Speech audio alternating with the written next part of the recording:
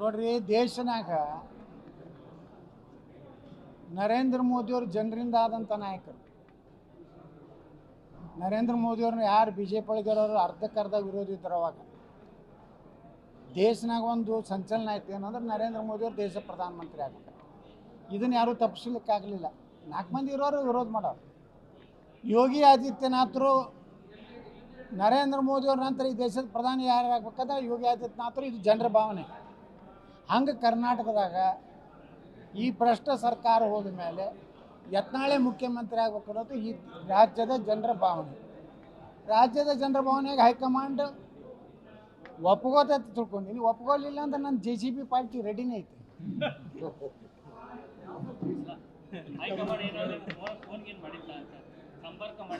ನಾನು ಯಾರ ಸಂಪರ್ಕ ಹೋಗಿಲ್ಲ. ಪಾಪ ಅವ್ರು ಯಾರೂ ಸಂಪರ್ಕ ಬಂದೇ ಇಲ್ಲ. ಯಾಕಂದ್ರೆ ಅವ್ರಿಗೀಗ ನಮ್ದು ಅವಶ್ಯಕತೆ ಇಲ್ಲ. ಅವ್ರಿಗೆ ಅವಶ್ಯಕತೆ ಯಾವಾಗ ಬರ್ತೈತಿ? 2027ಕ್ಕೆ ಗೋವಾ ಚುನಾವಣೆಯಿಂದ ನನ್ನನ್ನು ನಾಳೆ ಗೋವಾಕ್ಕೆ ಹೊಂಟೀನಿ. ನಾನು ಗೋವಾದ ಪಾರ್ಟಿದಿಂದ ನನಗೊಂದು ಸಂದೇಶ ಬಂದೈತಿ, ನೀವು 2027 ಚುನಾವಣೆಗೆ ನಮ್ಮ BJP ಪರವಾಗಿ ಬರೆಯಬೇಕಂತೇಳಿ. ಯಾಕಂದ್ರೆ ಕರ್ನಾಟಕ ಜನ ಭಾಳ ಇದ್ದಾರೆ, ನಿಮ್ಮ ಅಪೇಕ್ಷೆ ಪಡ್ತಾ ಇರೋದು ಅದೇ ಉದ್ದೇಶದಿಂದ ನಾಳೆ 2ನೇ ತಾರೀಕಿಗೆ ನಾನು ಹೊಂಟೀನಿ. ಹೆಂಗೆ ಮದ್ದೂರಿನಾಗ ಮನೆ ಕರೆದಲ್ಲ ಕಾರ್ಯಕರ್ತರು, ಮದ್ದೂರಿನಾಗೆ ನನ್ನ ಜಾತಿ ಇದ್ದಿಲ್ಲ, ಏನೂ ಇದ್ದಿದ್ದಿಲ್ಲ, ಅಲ್ಲಿ ಹಿಂದುತ್ವನೂ ಇರಲಿಲ್ಲ. ಮದ್ದೂರಿನಾಗ ನಾವು ಹೋದಾಗ 20,000 ಜನ ಸೇರಿದ್ರು. ಮನೆ ಕೆರೆಗೌಡಕ್ಕೆ ಹೋಗಿದ್ದೆ, ಮಂಡ್ಯ ಸಿಟಿ ಒಳಗೆ 4-5 ಕಿಲೋಮೀಟ್ರ್ ನನ್ನ ಮೆರವಣಿಗೆ ಮಾಡಿದ್ರು.